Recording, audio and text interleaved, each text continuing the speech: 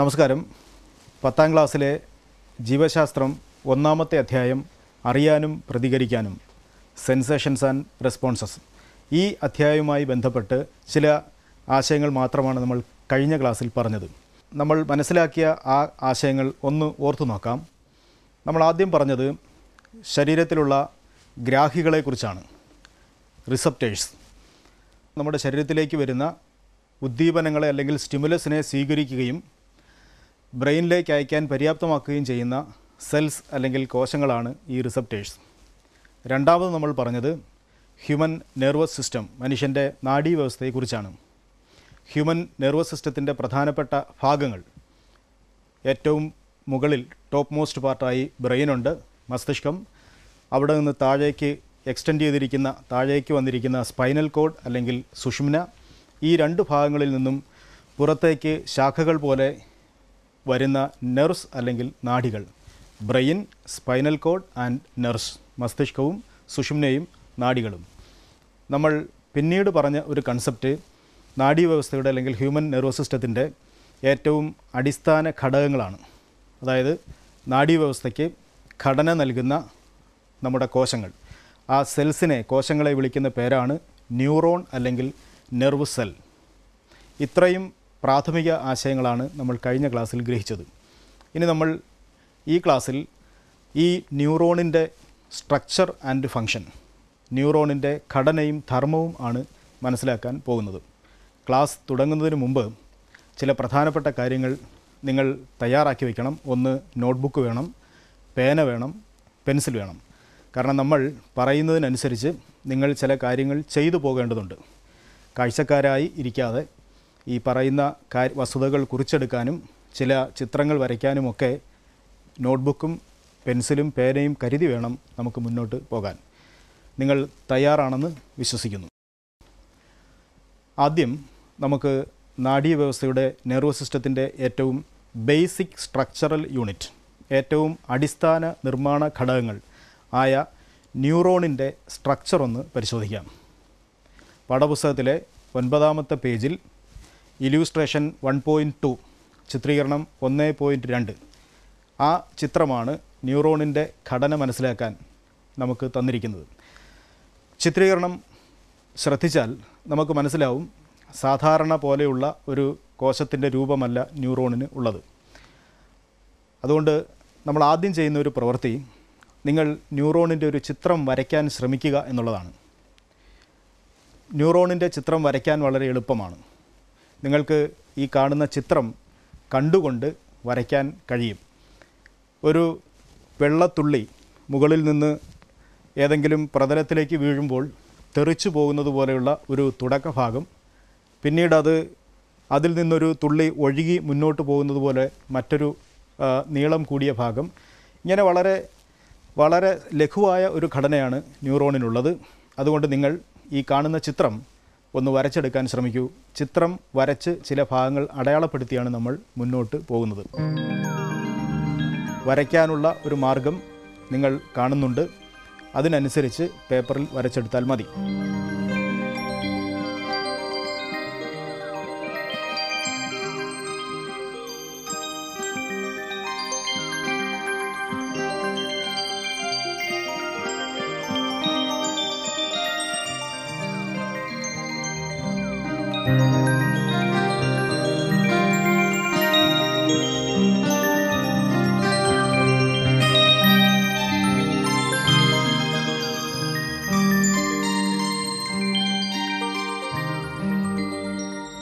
ന്യൂറോണിൻ്റെ ഏകദേശ രൂപം നിങ്ങൾക്ക് വരച്ചെടുക്കാൻ കഴിഞ്ഞു എന്ന് വിശ്വസിക്കുന്നു. നമുക്ക് ന്യൂറോണിൻ്റെ സ്ട്രക്ചറൽ ഡീറ്റെയിൽസിലേക്ക് പോകാം. അപ്പോൾ നിങ്ങൾക്കൊരു തലക്കെട്ട് കൊടുക്കാം, ദി സ്ട്രക്ചർ ഓഫ് ന്യൂറോൺ, ന്യൂറോണിൻ്റെ ഘടന, structure of neuron or nerve cell, ന്യൂറോണിൻ്റെ ഘടന. വരച്ച ചിത്രീകരണവും നിങ്ങൾ ഈ കാണുന്ന ചിത്രവും തമ്മിലൊന്ന് തട്ടിച്ചു നോക്കൂ. ആ ചിത്രീകരണത്തിൽ നമ്മൾ മുമ്പ് പറഞ്ഞതുപോലെ വികസിച്ചിരിക്കുന്ന ഒരു ഭാഗമുണ്ട്, ആൻ എക്സ്പാൻഡഡ് പോർഷൻ. സാധാരണ നമ്മൾ കാണുമ്പോൾ ഒരു സെല്ലിൻ്റെ ഘടനയോട്, സെല്ലിൻ്റെ സ്ട്രക്ചറിനോട് സിമിലറായ ഒരു ഭാഗം, and that part is called the cell body. ഏറ്റവും നന്നായി വികസിച്ചിരിക്കുന്ന, എക്സ്പാൻഡ് ചെയ്തിരിക്കുന്ന ആ പോർഷനെ നമ്മൾ സെൽ ബോഡി എന്നാണ് വിളിക്കുന്നത്. So the expanded portion of the neuron which includes all the basic features of A cell. സാധാരണ നമ്മളൊരു ടിപ്പിക്കൽ സെല്ലിൻ്റെ സ്ട്രക്ചർ പറയുമ്പോൾ ആ സ്ട്രക്ചറിനകത്തുള്ള മുഴുവൻ വസ്തുവും, ഉദാഹരണത്തിന് ന്യൂക്ലിയസ്, ന്യൂക്ലിയസിനെ ചുറ്റിക്കൊണ്ട് സൈറ്റോപ്ലാസം, സൈറ്റോപ്ലാസത്തിനെ പൊതിഞ്ഞുകൊണ്ട് സെൽ മെംബ്രെയിൻ. ഒന്നുകൂടി പറയാം, ഒരു സാധാരണ സെല്ലിലുള്ള എല്ലാ വസ്തുക്കളും, ന്യൂക്ലിയസ് അല്ലെങ്കിൽ മർമ്മം, സൈറ്റോപ്ലാസം അല്ലെങ്കിൽ കോശദ്രവ്യം, സെൽ മെംബ്രെയിൻ അല്ലെങ്കിൽ കോശസ്തരം, ഇത്രയും ഭാഗം കാണാവുന്ന ആ എക്സ്പാൻഡഡ് പോർഷനെ വിളിക്കുന്ന പേരാണ് സെൽ ബോഡി അല്ലെങ്കിൽ കോശ ശരീരം. അപ്പോൾ നിങ്ങൾ വരച്ച ആ ചിത്രത്തിന് നേരെ, ആ എക്സ്പാൻഡഡ് പോർഷന് നേരെ ഒരു വരയിട്ട് സെൽ ബോഡി അല്ലെങ്കിൽ കോശ ശരീരം എന്ന് അടയാളപ്പെടുത്തിയല്ലോ. തുടർന്ന് നമുക്ക് ആ ഭാഗത്തുള്ള മറ്റു ചില സവിശേഷതകൾ കൂടി പരിശോധിക്കാം. യഥാർത്ഥത്തിൽ സെൽ ബോഡി അല്ലെങ്കിൽ കോശ ശരീരം എന്ന് പറയുന്ന ആ ഭാഗത്ത് നിന്ന് we can see numerous expanded portions or cytoplasmic extensions. കുറേ വളർച്ചകൾ നമുക്ക് കാണാൻ പറ്റും. അവിടെയുള്ള സൈറ്റോപ്ലാസം ചില നേരിയ ശാഖകളായി, ബ്രാഞ്ചുകളായി മാറിയിരിക്കുന്നു. ഈ സെൽ ബോഡി അല്ലെങ്കിൽ കോശ ശരീരത്തിൻ്റെ ഇത്തരത്തിലുള്ള ബ്രാഞ്ചസിനെ, സെൽ ബോഡിയിൽ നിന്ന് നേരിട്ട് പുറപ്പെടുന്ന ബ്രാഞ്ചസിനെ വിളിക്കുന്ന പേരാണ് ഡെൻഡ്രോൺ. ഡെൻഡ്രോൺ നമുക്ക് ആ ചിത്രീകരണത്തിൽ കാണാം. സെൽ ബോഡിയിൽ നിന്ന് അല്ലെങ്കിൽ കോശ ശരീരത്തിൽ നിന്ന് പുറത്തേക്ക് പോകുന്ന നേരിയ ശാഖകൾ അല്ലെങ്കിൽ ബ്രാഞ്ചസ്. ആ ബ്രാഞ്ചസിനെ നമ്മൾ പൊതുവിൽ പറയുന്ന പേര് ഡെൻഡ്രോൺ എന്നാണ്. ഡെൻഡ്രോൺ, അതിന് നേരെ നിങ്ങൾ അടയാളപ്പെടുത്തണം ഡെൻഡ്രോൺ. ഈ ഡെൻഡ്രോൺ എന്ന ബ്രാഞ്ചിൻ്റെ മറ്റൊരു പ്രധാനപ്പെട്ട പ്രത്യേകത, സെൽ ബോഡിയിൽ നിന്ന് പുറപ്പെടുന്ന ഷോർട്ട് ഫിലമെൻസ് ആണിവ, നീളം കുറഞ്ഞ തന്തുക്കളാണിവ. തന്തുക്കൾ എന്ന് പറഞ്ഞാൽ സാധാരണ ഇഴ പോലെ, നൂല് പോലെ വളരെ നേരിയ ഘടനകളാണ്. അപ്പോൾ ഷോർട്ട് ഫിലമെൻസിനെ വിളിക്കുന്ന പേരാണ് ഡെൻഡ്രോൺസ്. അടയാളപ്പെടുത്തിയല്ലോ. ആ ഓരോ ഡെൻഡ്രോണിനും എന്ത് സംഭവിക്കുന്നു? ഡെൻഡ്രോണിൽ നിന്ന് പുറത്തേക്ക് വീണ്ടും ശാഖകൾ ഉണ്ടാവുന്നു. ഡെൻഡ്രോൺസ് റീബ്രാഞ്ച്. ഇങ്ങനെ വന്ന ഡെൻഡ്രോണുകൾ വീണ്ടും ശാഖകളായി മാറുന്നു. ആ ബ്രാഞ്ചസിനെ നമ്മൾ വിളിക്കുന്ന പേര് ഡെൻഡ്രൈറ്റ്സ് എന്നാണ്. അപ്പോൾ ഡെൻഡ്രോണിൻ്റെ ബ്രാഞ്ചസാണ് dendrites.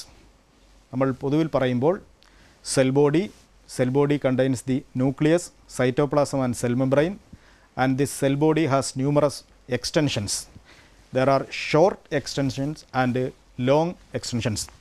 Short extensions are called dendrons. നീളം കുറഞ്ഞ ഫിലമെൻസിനെ വിളിക്കുന്ന പേരാണ്, തന്തുക്കളെ വിളിക്കുന്ന പേരാണ് ഡെൻഡ്രോൺസ്. ഡെൻഡ്രോൺസിൻ്റെ ശാഖകളെ, ബ്രാഞ്ചസിനെ വിളിക്കുന്ന പേരാണ് ഡെൻഡ്രൈറ്റ്സ്. അപ്പോൾ നമ്മൾ സെൽ ബോഡി അടയാളപ്പെടുത്തി, കോശ ശരീരം അടയാളപ്പെടുത്തി, ഡെൻഡ്രോൺ അടയാളപ്പെടുത്തി, ഡെൻഡ്രൈറ്റ്സ് അടയാളപ്പെടുത്തി. ഇനി ആ സെൽ ബോഡിയിൽ നിന്ന് പുറത്തേക്ക് പോകുന്ന വളരെ നീളത്തിലുള്ള തന്തുക്കൾ, ലോങ് ഫിലമെൻറ്റ്. ഒരു ലോങ് ഫിലമെൻ്റാണ് നമ്മൾ ചിത്രത്തിൽ കാണുന്നത്. ആ ലോങ് ഫിലമെൻറ്റിനെ വിളിക്കുന്ന പേര് ആക്സോൺ എന്നാണ്. Long filament emerging from the cell body. കോശ ശരീരത്തിൽ നിന്ന് പുറപ്പെടുന്ന ഏറ്റവും നീളം കൂടിയ തന്തു, അതിനെ വിളിക്കുന്ന പേര് ആക്സോൺ എന്നാണ്. ചിത്രത്തിൽ ഒരു കാര്യം കൂടി നമുക്ക് വ്യക്തമാകും. ഈ ആക്സോൺ ദൂരേക്ക് ചെന്നിട്ട് അല്പം നീളത്തിലേക്ക് പോയിട്ട് വീണ്ടും ബ്രാഞ്ചസായി മാറും. Further branches of axons. Axons branch to form further filaments and those filaments are called axonites. ആക്സോണിൻ്റെ ശാഖകളെ വിളിക്കുന്ന പേരാണ് ആക്സോണൈറ്റ്സ്. അപ്പോൾ ഇലോങ്ങേറ്റഡ് ഫിലമെൻറ്റിൻ്റെ പേര് ആക്സോൺ, അത് അടയാളപ്പെടുത്തണം. വീണ്ടും ആക്സോണിൻ്റെ ബ്രാഞ്ചസ്, ആക്സോണുകളുടെ ശാഖകൾ, അവരെ നമ്മൾ ആക്സോണൈറ്റ്സ് എന്ന് അടയാളപ്പെടുത്തും. ആക്സോണൈറ്റുകൾ. ഇനി എന്താണ്? ഈ ആക്സോണൈറ്റുകൾ ഓരോന്നും വളരെ ചെറിയ ചില ഭാഗങ്ങൾ, മുഴ പോലുള്ള ഭാഗങ്ങൾ, നമ്മൾ നോക്കിയാൽ നമ്മുടെ ബസ്സിൻ്റെ ഈ ഗിയറിൻ്റെയൊക്കെ ടിപ്പ് പോലെ നോബ് ലൈക്ക് സ്ട്രക്ചർ, മുഴ പോലുള്ള ഭാഗങ്ങൾ ആയി മാറും. Each axonite ends in a knob like structure. ഓരോ ആക്സോണൈറ്റും ഒരു മുഴ പോലുള്ള ഭാഗത്ത് അവസാനിക്കും. We can call the tip of each axonite. നമുക്കതിനെ ആക്സോണൈറ്റിൻ്റെ ടിപ്പായി പറയാം. ആക്സോണൈറ്റിൻ്റെ ആ ടിപ്പിനൊരു പേരുണ്ട്. പേര് സിനാപ്റ്റിക് നോബ് എന്നാണ്. Synaptic knob. അപ്പോൾ നിങ്ങൾ വരച്ച ചിത്രത്തിനകത്ത് ആക്സോണൈറ്റിൻ്റെ ടിപ്പിൽ അഗ്രഭാഗത്ത് മുഴ പോലെ കാണുന്ന ആ ഭാഗത്തിനെ പേരടയാളപ്പെടുത്തണം സിനാപ്റ്റിക് നോബ്. ഈ സിനാപ്റ്റിക് എന്ന വാക്ക് നമ്മൾ പിന്നീട് ആവർത്തിക്കുന്നുണ്ട്. സിൻ എന്ന വാക്ക് ഗ്രീക്ക് വാക്കാണ്, സൂചിപ്പിക്കുന്നത് കൂട്ടിച്ചേർക്കുന്നത് എന്നാണ്. അപ്പോൾ അത്തരത്തിലുള്ള അർത്ഥത്തിലാണ് അതിനെ സിന്തസിസ് എന്ന് കേട്ടിട്ടുണ്ടായിരിക്കുമല്ലോ, ഫോട്ടോ സിന്തസിസ് എന്നൊക്കെ പറയുന്ന പോലെ. അപ്പോൾ ഏറ്റവും അവസാനത്തെ ആ ടിപ്പിനെ നമ്മൾ സിനാപ്റ്റിക് നോബ് എന്ന് വിളിക്കും. ഇപ്പോൾ ന്യൂറോണിൻ്റെ ബേസിക് സ്ട്രക്ചറൽ ഡീറ്റെയിൽസ് ഇത്രയുമാണ്. ഒന്നുകൂടെ നമുക്കൊന്ന് ഓർത്തു നോക്കാം.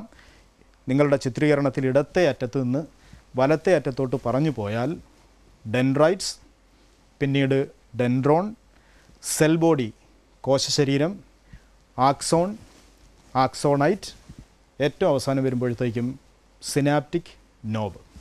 ഇതാണ് ഒരു ന്യൂറോണിൻ്റെ basic structure. The basic structure of neuron includes dendrites, dendrons, cell body, axon, axonites and synaptic knob.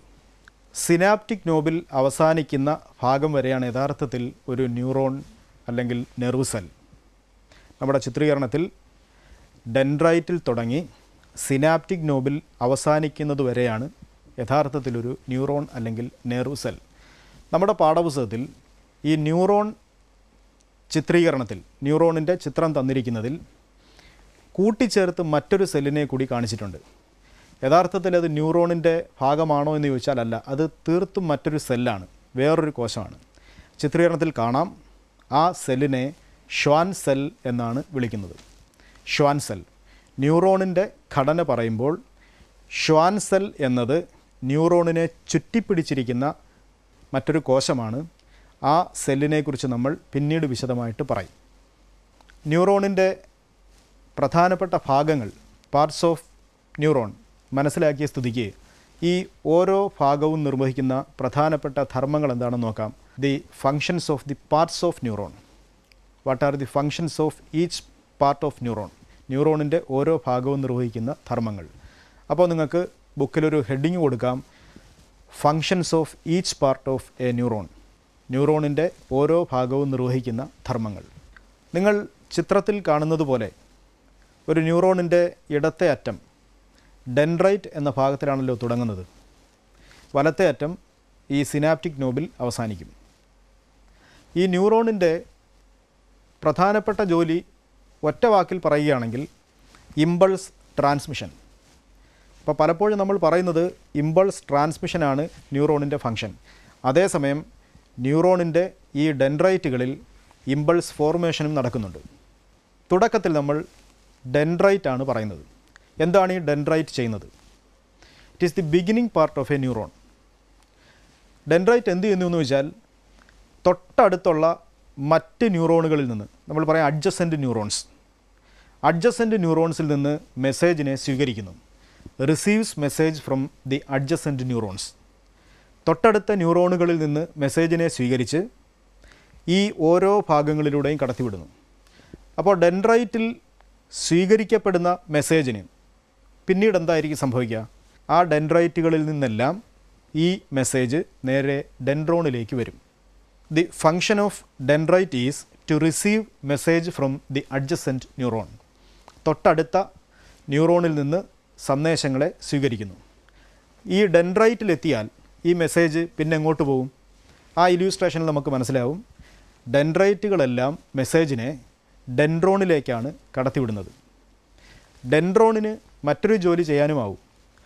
കിട്ടിയ മെസ്സേജിനെ തൊട്ടടുത്ത ഭാഗമായ സെൽ ബോഡിയിലേക്ക് ട്രാൻസ്മിറ്റ് ചെയ്യാൻ പറ്റും. അപ്പോൾ ഡെൻഡ്രോൺ എന്തു ചെയ്യുന്നു എന്ന ചോദ്യത്തിന് വളരെ എളുപ്പത്തിൽ ഉത്തരം പറയാം. വാങ്ങുന്നു, മറ്റൊരിടത്തേക്ക് കൊടുക്കുന്നു.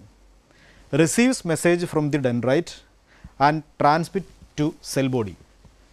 അല്ലേ, ഡെൻഡ്രൈറ്റിൽ നിന്ന് മെസ്സേജ് സ്വീകരിച്ചതിന് ശേഷം സെൽ ബോഡിയിലേക്ക് അയക്കുന്നു, കോശ ശരീരത്തിലേക്ക് അയക്കുന്നു. അടുത്ത ഭാഗത്തേക്ക് വരാം, അത് സെൽ ബോഡിയാണ്. സെൽ ബോഡിയും ഇതേ പ്രവർത്തനം ആവർത്തിക്കുന്നു. എന്താണ്? Receives the message and transmits. ആരിൽ നിന്നാണ് സെൽ ബോഡി റിസീവ് ചെയ്യുന്നത്? ഡെൻഡ്രോണിൽ നിന്ന്. സെൽ ബോഡിയിൽ നിന്ന് ആ മെസ്സേജ് നേരെ പോകുന്നത് തൊട്ടടുത്ത ഭാഗമായ ആക്സോണിലേക്കാണ്. അതുകൊണ്ട് സെൽ ബോഡിയുടെ ഫംഗ്ഷൻ പറയുമ്പോൾ നമ്മൾ പറയും receives message from the dendron and transmits to axon. ഇങ്ങനെ ഓരോ ഭാഗവും വാങ്ങുന്നു, മറ്റൊരിടത്തേക്ക് അയക്കുന്നു എന്ന രീതിയിൽ ഫംഗ്ഷൻ ഓർത്തു വെച്ചാൽ മതിയാകും. ആക്സോണിലേക്ക് വരാം. എന്താണ് ആക്സോൺ ചെയ്യുന്നത്? ആക്സോണിനും മെസ്സേജ് കിട്ടും. എവിടെ നിന്ന് കിട്ടും? സെൽ ബോഡിയിൽ നിന്ന് കിട്ടും. So it receives message from the cell body and transmits to axonite. Final പാർട്ടാണല്ലോ ആക്സോണൈറ്റ്. ആക്സോണൈറ്റും ചെയ്യുന്നത് ഇത് തന്നെയാണ്. എന്താണ് ആക്സോണൈറ്റ് ചെയ്യുന്നത്? നിങ്ങളൊന്ന് പറഞ്ഞു നോക്കൂ. ആക്സോണൈറ്റ് ചെയ്യുന്നത് മെസ്സേജിനെ ആക്സോണിൽ നിന്ന് റിസീവ് ചെയ്യും. മെസ്സേജിനെ ആക്സോണിൽ നിന്ന് സ്വീകരിച്ചിട്ട് നേരെ സിനാപ്റ്റിക് നോബിലേക്ക് അയക്കും. So each axonite receives message from the axon and transmits to synaptic knob. അവസാനം ഈ മെസ്സേജ് പോകുന്നത് സിനാപ്റ്റിക് നോബ് എന്ന ടിപ്പ് ഓഫ് ദി ആക്സോണൈറ്റിൻ്റെ അഗ്രഭാഗത്തേക്കാണ്. ഈ ടിപ്പ് ഓഫ് ദി ആക്സോണൈറ്റിനെ കുറിച്ച് നമ്മൾ പിന്നീട് വിശദമായി പഠിക്കും. എന്താണ് ഈ സിനാപ്റ്റിക് നോബിൻ്റെ ഫംഗ്ഷൻ? അവിടെ സംഭവിക്കുന്നത് എന്താണെന്ന് വെച്ചാൽ, ഒരു ന്യൂറോണിൻ്റെ എൻഡ് വരെ ഈ മെസ്സേജ് ചെന്നു. ഈ ന്യൂറോണിൽ നിന്ന് മറ്റൊരു ന്യൂറോണിലേക്കോ മറ്റേതെങ്കിലും സെല്ലിലേക്കോ ആണ് മെസ്സേജ് പോകുന്നത്. പക്ഷേ നമ്മുടെ പാഠപുസ്തകത്തിൽ പറയുന്നു ഈ ന്യൂറോണിൻ്റെ എൻഡിൽ വന്നിരിക്കുന്ന ഈ മെസ്സേജ് മറ്റൊരു ന്യൂറോണിലേക്കോ മറ്റൊരു സെല്ലിലേക്കോ നേരിട്ട് പോകാൻ കഴിയില്ല. കാരണം സിനാപ്റ്റിക് നോബ് കൊണ്ട് അവിടെ അവസാനിക്കുകയാണ്. അപ്പോൾ പിന്നെ സിനാപ്റ്റിക് നോബ് ചെയ്യുന്നത് കൗതുകകരമായൊരു സംഗതിയാണ്. എന്താണത്? ആ സിനാപ്റ്റിക് നോബിൽ നിന്ന് ചില കെമിക്കൽ സബ്സ്റ്റൻസ്, ചില രാസവസ്തുക്കൾ പുറത്തേക്ക് ഉൽപ്പാദിപ്പിക്കപ്പെടും. The synaptic knob secretes certain chemical substances. Synaptic knob secrete ചെയ്യുന്ന, സ്രവിക്കുന്ന ഈ രാസവസ്തുക്കളെ ഒരു പൊതു പേര് പറയും. They are called neurotransmitters. എഴുതി വയ്ക്കൂ. ആ സിനാപ്റ്റിക് നോബിന് നേരെ നമുക്ക് അടയാളപ്പെടുത്താം. They produce neurotransmitters. അവർ നാഡീയ പ്രേഷകങ്ങൾ എന്നറിയപ്പെടുന്ന രാസവസ്തുക്കളെ ഉൽപ്പാദിപ്പിക്കുന്നു. ഒരു ന്യൂറോണിൽ നിന്ന് മറ്റൊരു ന്യൂറോണിലേക്ക് മെസ്സേജ് ട്രാൻസ്മിഷന് ഈ രാസവസ്തുക്കൾ ആവശ്യമാണ്.